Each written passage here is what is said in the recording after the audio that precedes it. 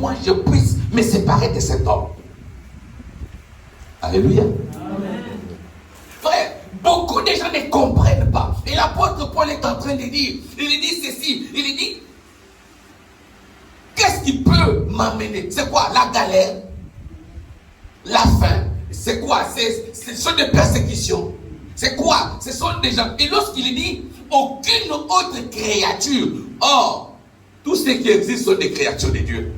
Et l'homme est une créature de Dieu. C'est-à-dire que même aucun homme ne peut m'empêcher d'aimer Jésus. C'est-à-dire que personne ne peut me mettre au milieu de moi et mon époux. Il y a des gens qui se sont séparés à cause des ondits. À cause des ondits parce que tu as laissé les gens te mettre des choses dans la tête. Et tu as oublié l'amour que l'homme là te portait. Et l'apôtre Paul dit que qu'est-ce qui peut faire que moi je puisse me séparer de cet homme? Jésus-Christ. Vu cet amour que lui me donne. Frère, je vais vous dire une chose.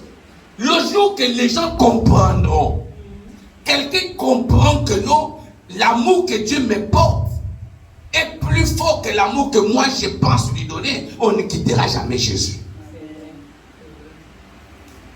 Et lorsque quelqu'un comprend que l'autre donne la manière que les gens se comprennent, même si chez vous, quand je vous regarde, parce que vous n'avez pas encore atteint la dimension. Non. L'apôtre Paul dit que quelle que soit même la pluie, ce n'est pas la pluie qui peut être une raison pour que je puisse me séparer de cet homme, Jésus. Ce n'est pas la pluie. C'est-à-dire qu'il n'y a aucune raison. Aucune raison ne peut m'amener à me séparer de cet homme. Il dit, qu'est-ce qui peut m'empêcher? C'est quoi les persécutions? Il dit, il dit, tel qu'il est écrit, c'est à cause de toi qu'on nous met à mort.